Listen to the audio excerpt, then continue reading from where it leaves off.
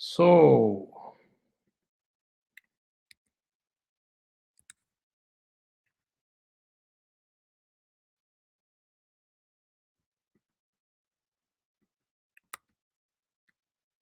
let's show the screen.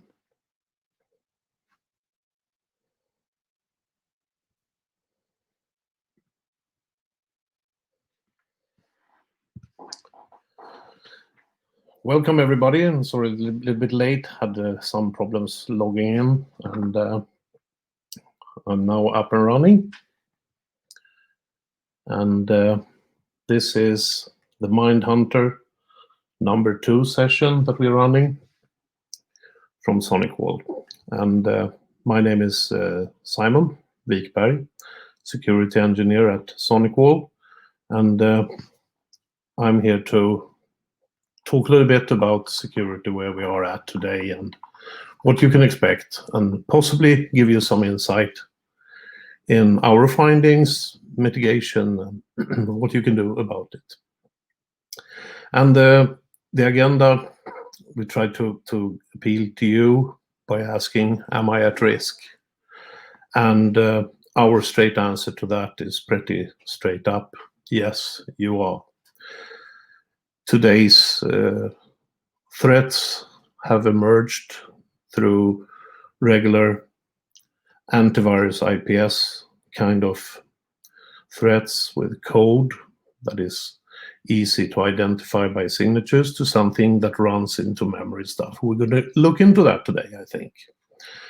But first, who are you, and why is this interesting for you? The targeted audience for this session is anyone that is interested in security threats at all, or if you work with or use IT devices like a computer, a smartphone, a tablet, Internet of Things, anything that's connected to a network, and basically Internet in particular. Now, this session will be recorded so you can see it at any one time later on. And hopefully we'll get the questions and answers going after the session, see what I have to tell you.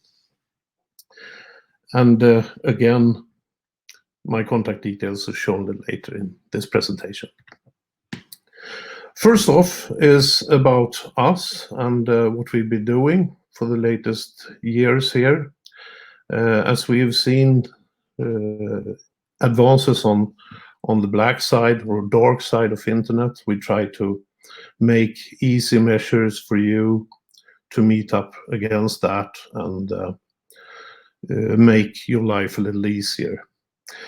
And now, sometime we started to release threat reports that we share with you. And lately, we've even started to do that even on a half-year basis, so 6 months apart, basically, or if needed, even more than that.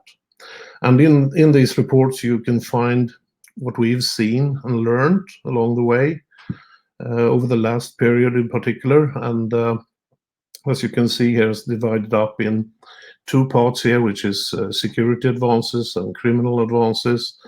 And again, you might ask yourself why that is. And when it comes to security, when it comes to mitigate those threats, some people may ask, why is it that those things happen first and then you run after it and try to come up with a solution? And it's pretty much an easy answer to that with an analog that I usually use, which is basically, if we put this into another scenario, let's say you have the assets. It could be a bank, for instance, if you are a bank, and you ask me for providing security for that bank.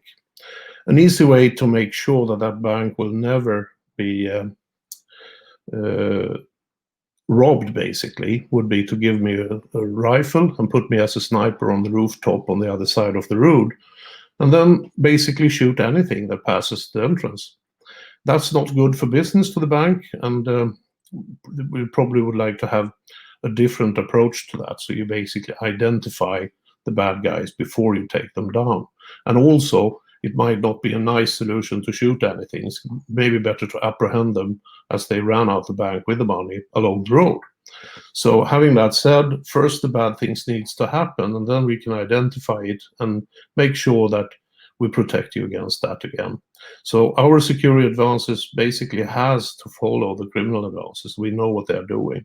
And as you can see here, we try to make the identification of different malicious behaviors as efficient as possible. So the gap between something happens to we know it and can take measures against it is the minimum. Also, the methodology that is used by the dark side today has turned a little bit, and that is what we're going to look into here in a few slides more. And again, we see different mechanisms that is used for various ways to try to get money out of your pockets. And that's everything from cryptojacking, ransomware, phishing, and get people's money in some way, or maybe something else that is valuable for somebody else. And those methods include not only different methods, but also different platforms. And we see that the platform that is targeted today to the larger extent than before is IoT, meaning stuff that is less costly to produce, and the producer wants to give you something smart for a low cost and high value. And that could be something like a webcam, a lock on your door, or something, an Internet of Things that is not primarily focused into security, and take that into account as well. They basically want to give you some function to the least price. And of course, if security is not in that picture, bad things will happen. And we see quite a big rise on that. Also, in the new normal that we have, people work from home quite a lot now and use different measures that they are not used to. That also exposes them to a large extent of attack vectors. So that's something we see quite a lot. So taking this forward, where does it all come from? Well, everybody has heard about viruses and attacks that basically go against known vulnerabilities in code. It's called CVEs, for commonly known vulnerabilities and exploits, meaning that we know a way to hack something, and that can be used to gain access and steal data or make some other bad things happen. But why do we bring up this with state-sponsored cyber attacks? That is because since many, many years, longer than most people realize, many states all over the globe has been making their own cyber war and prepared for or already executed quite a lot. Some of them are well known, some are not. And in my examples here, I'm not pinpointing any particular, but a few examples from the world where we live, and that probably everybody has heard of, so it's publicly known through media, is an organization that is abbreviated NSA, for no such agency. One of the few things that everybody has seen, I guess, is Stuxnet, which is a very interesting piece of malicious code with many different layers of attacks in it. So it's a multiple malware, you could say. And the interesting thing is, as the more you examine this, the more you realize they put a lot of effort and probably a lot of money in developing this first digital weapon ever seen. And if you do go look into it more thoroughly, you will find that the different versions do have several different CVEs. And CVEs, again, is commonly known vulnerabilities and exploits. That means that there is some exploit that you can use to gain access or steal something, and that exploit is known by some people. And before everybody knows it, meaning the vendor themselves, and also providing you with a way to patch it away, then this can be used for gaining this success. So basically, if you have knowledge about these vulnerabilities before the vendor does, there is no patch for it, and you are vulnerable for that kind of exploit. What we want to do here is to, as far as we can, we want to provide you with protections against these kind of attacks. Now, this is pretty old, I know that.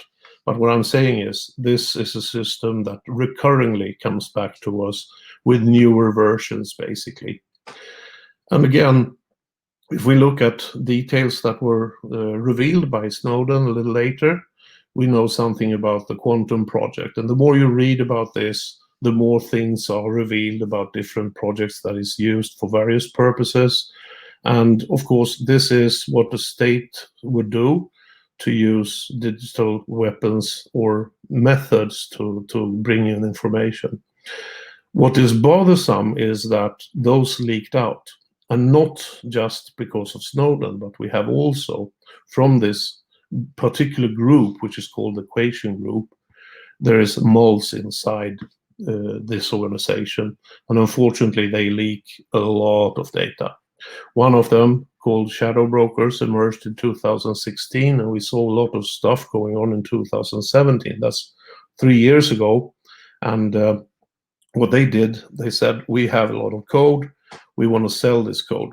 And they did actually provide the code in an encrypted format on open forums in the deep web and tried to get money out of people to buy this.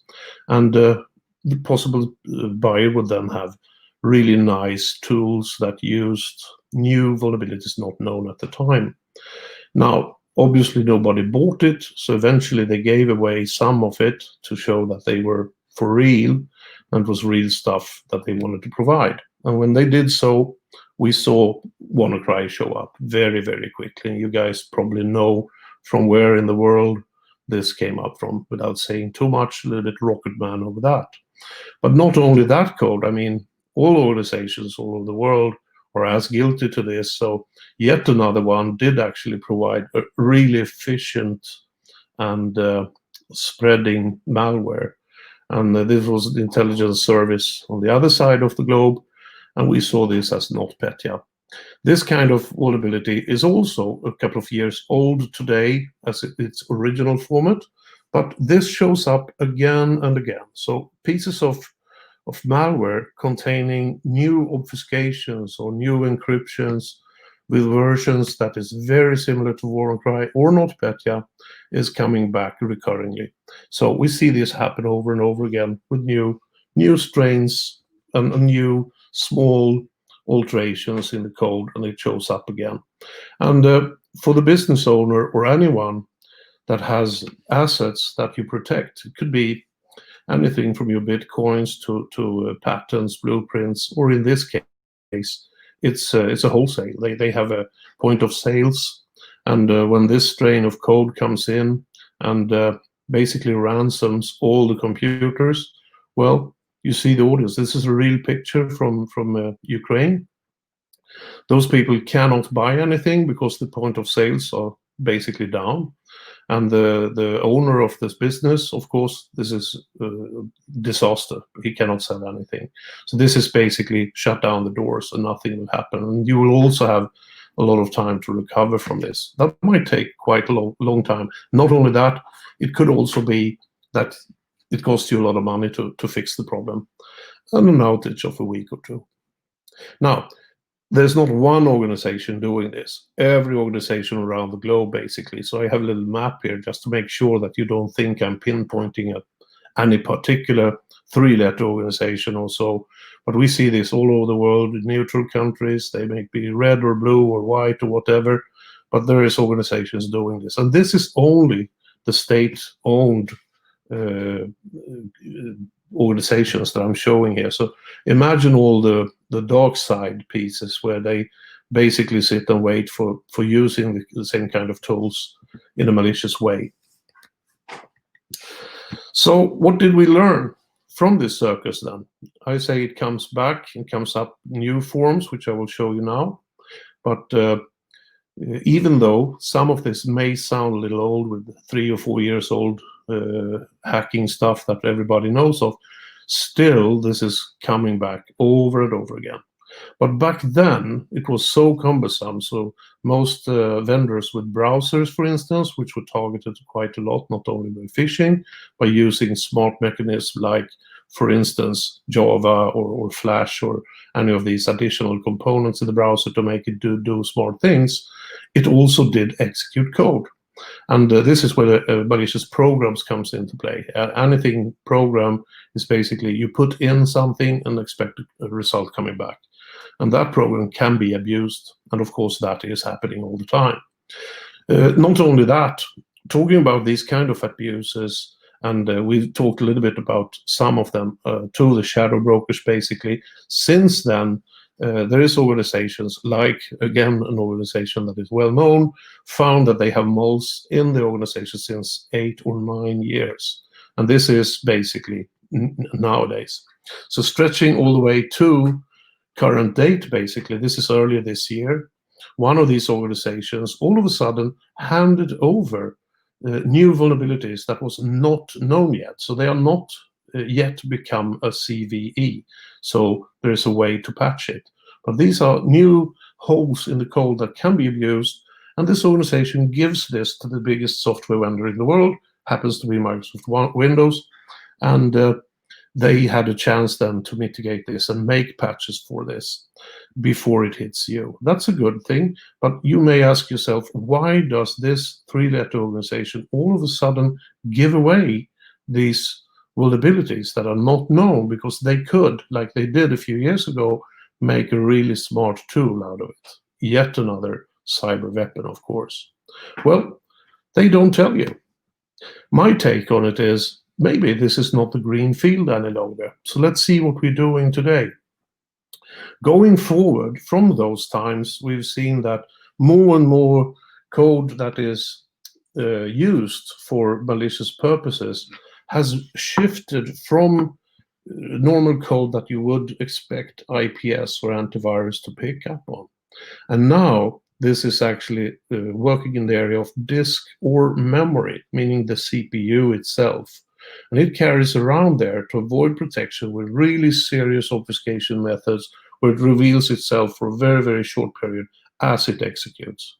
So we see a trend about this, and well-known variants of this has got names, among them from Google Project Zero, who did name Spectre and Meltdown back in 2018.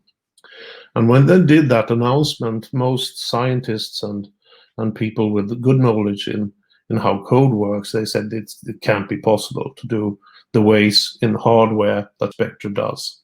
Or Meltdown. Meltdown is a way to melt down from hex code to binaries, while Spectre has its names from a short abbreviation of speculative execution, which is something that Intel invented in 1995. So it's quite old mechanism in the hardware and the CPU that is abused today with this kind of attacks. Back then, we saw this and we realized there is a way to mitigate these kind of threats. And not to stretch it too far, but we said that if you follow this execution pointer at any one time, you can identify these attacks. And I know many security vendors out in the world, they say, no, there's no way you can protect yourself against this. It is a hardware issue and you need to patch your systems. Well, we say we don't agree with that.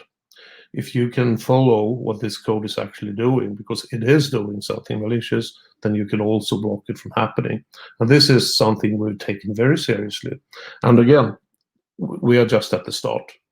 As we see this emerging into new variants and new methods of using those revealed disk and memory hidden types of codes, we also see how they execute very smartly in the hardware. But there is ways to protect yourself against it. And let me show you a little bit what we've done here. We started many, many years ago with sandboxing inside our grid. And by the end of the day, if you say, a few years ago, we decided to provide this as a component in our offering, which is basically sandbox technology.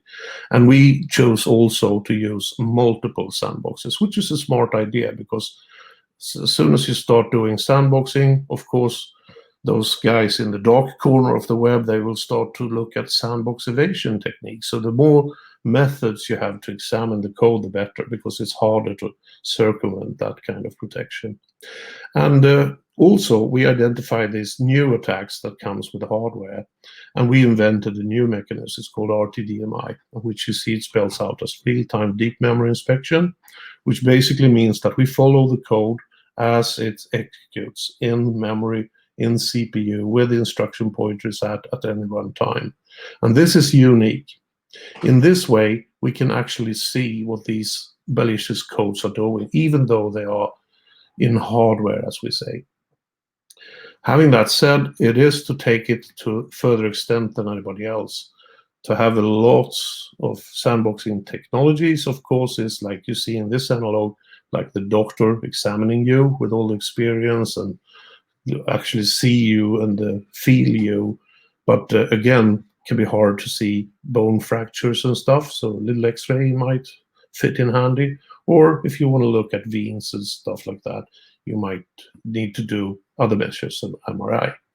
In this case, we try to dig a little deeper, and in this case, I've used DNA to refer to how we follow that particular pointer. It's not exactly a full match here, but it says a little bit what it's all about. So, having that said, how does this fit into your world, you might say? Well, again, I would like to recommend that have a look into our security report. We do explain a lot of these things and the trends and how it has emerged and where it's going when it comes to different pieces of malware and how they operate and where and what in the mitigation layers you need to act. And again, this is not a matter of a computer, a server, or your surf pad or whatever it is. This is what we refer to as boundless, meaning you need to take your protections to all levels, which includes, for instance, those mechanisms, but also stuff that you might not think of in the first place, like Internet of Things. And as you can see here, this is just a piece from that security report. We have a decline in malware attacks on what is called encrypted threats, cryptojacking. You might be well aware what that is, but intrusion attempts themselves using new methods and new obfuscation has risen. So has also ransomware attack. But the most significant rise you can see here is on those units that are not so well protected, but very popular, and they show up everywhere in the organization. So that's a very worrisome trend that we see. So carry on from that. How can we protect you? Well, it's a matter of thinking differently, not only for a PC now, which you may think when you see this picture, because I have the bad guy to the right, and there is a computer to the left. But this could be anything, like your cloud you want to protect. Say you're running some public cloud like Office 365 or Google Suite or whatever. Could also be something else, which is in the organization, email or your VPN access, all kinds of stuff that needs to be protected. What can we do about it? Well, there's multiple layers to think of. The first one that comes into mind is stateful, just sanitized packets. And there's some solutions out there that look at application layer and so forth that do not take into consideration that you can use packets and abuse protocols. Like, for instance, one example I like is ICMP, used by admins to allow for ping, should they want to. There is a text option in ICMP which makes it possible to make a tunnel out of it. So that's a way to get around security. Another one that is also for stateful, still stateful, so not doing any particular tricks with the traffic, it is botneted GUIP awareness, meaning that I can block denial of service attacks, for instance.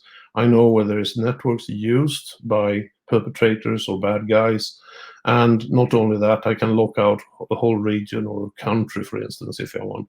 But most importantly, I can block stuff like anonymous access, VPN that is used for criminal purposes to obfuscate who you are and where you come from, like to run your router network, for instance, or any other kind of stuff that is possibly harmful and probably having no legitimate use anyway. And that's just stateful, so that's a smart thing, except for your own policy that you might put on top of that. Next layer is the next generation layer, which basically includes antivirus, IPS, but also application awareness. So you can control application and bandwidth depending on what kind of usage it is. So that would allow you to certify on certain applications that are, let's say, allowed for your users and others are not. And of course, you can block stuff that is likely to have a non-legitimate purpose. This is also where most comparisons is done. When you look at vendor A and vendor B and compare them, there's lots of organizations like NSS Labs. There is another one called NetSec Open that is more accurate, I would say. But this is where you compare products mostly and look at efficiency and bang for the buck and so forth. Sometimes, in the later years, people have realized also that not only do you need to have all these features looking into the traffic, but you need also to look into encryption, because almost every traffic on the web, particularly, is HTTPS. And if you don't look into that traffic, you're blindfolded for, let's say, 80% or more of your web traffic. And if there is anything bad going on in that web traffic, should it be HTTPS, most likely, then you will be completely blindfolded. Looking into it takes a little bit extra effort from your hardware, but it will do the job. And not only that, this kind of mechanism with the next generation features, looking into the encrypted traffic and doing smart thing with, versions of machine learning or artificial intelligence or deep learning or whatever you call it, where you actually take artifacts. And from these artifacts, you can build up what is a malicious code and what is not. Another analog that I use for these artifacts in the mechanism that we use is, if you look at your smartphone today, it has a camera. Everybody has a camera in the smartphone, right? So you sit in a group of people in a restaurant, for instance, and you pick up the camera, turn it on, and in the viewfinder you will see all these nice people there, and they will get small yellow squares around their heads where the focus should be. So the camera actually brings in the picture using artifact identification to find out where is faces of people. And that square is not on a lamp or a clock or so. It's always on faces. You can see that. So that's a simplified version of making artifacts of unknown and making that known, or most likely to be known. So having that said, that viewfinder will see and square people's faces, even though that camera has never seen that person before. So that's a smart thing to do. Next up, all these sandboxing I was talking about. That is, if I can block stuff and I can do a smart thing with artifacts, it's one thing. But if there is code I've never seen, it's obfuscated in a way, so I need actually to run it, then you need to do it through all these sandboxes. And that's what we do. And we do it with numerous technologies. And this is something that is really, really effective. And this is something that should not be just in a firewall. It should be used on clients, should be used everywhere. I mean, even email solutions and stuff. And this is, again, what we refer to as boundless. We want to have this kind of feature to test run or trial run code to make sure it's not malicious before we let it to the protected host, whatever that is, a server or your smartphone or whatever. That's important, to test run the code and make sure it's clean before delivering the code. If you do this, then you're pretty much safe, even the most modern, latest, still yet known or still yet seen attacks. Again, we have this particular technology where we actually follow the pointer. And this is an offering we have all over the place, which does tremendous things with these absolute latest versions of side channel attacks, hardware attacks, memory attacks that are hidden inside and only reveal themselves for a very, very short time. And that is to protect all your assets. Of course, you shouldn't forget about client protection that's needed as well, but to just bring that in. So this is the different automated real-time threat protection and prevention layers that we would suggest. And it's a way of thinking that is more likely to protect you well, regardless firewall, or if it is a VPN, or if you're in the cloud. This kind of protection will take on those really latest kind of attacks. We do have this security threat report that I mentioned earlier, and there is a link for it, sonarwall.com and threat report, and you can download your own copy. And again, we talk a lot about boundless, meaning everywhere. And everywhere may sound a little bit bad, but I mean, one shouldn't think of one technology here. One should think of the need to mitigate. Why would you have that? And where do you want to have it? And not only that, it should be easy to handle as well. And this is also one of our key features here. We want to make sure that this is something you turn on and be safe with the least effort. Of course, there's not a no effort. There is some effort, but at least the least you need to do. If you want to know more about Boundless, we actually have a special Boundless 2020 event coming up in a month with Boundless Cybersecurity and Boundless Opportunities. And this is also something I would like just to mention real quick before I set off with the questions and answers. And that's about now. So, ladies and gentlemen, should you have any questions to answer, please go ahead.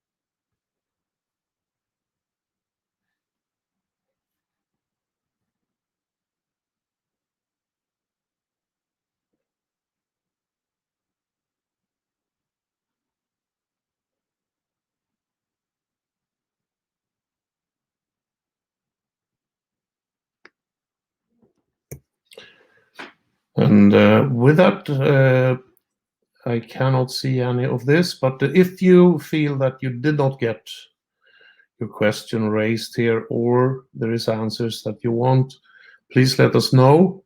And our contact details is provided throughout the invitation, of course. And please get back to us if there is anything we can add on topic. With that, I will thank you for participating in this session, and hopefully we'll get back soon with another edition. Take care and stay safe, everybody.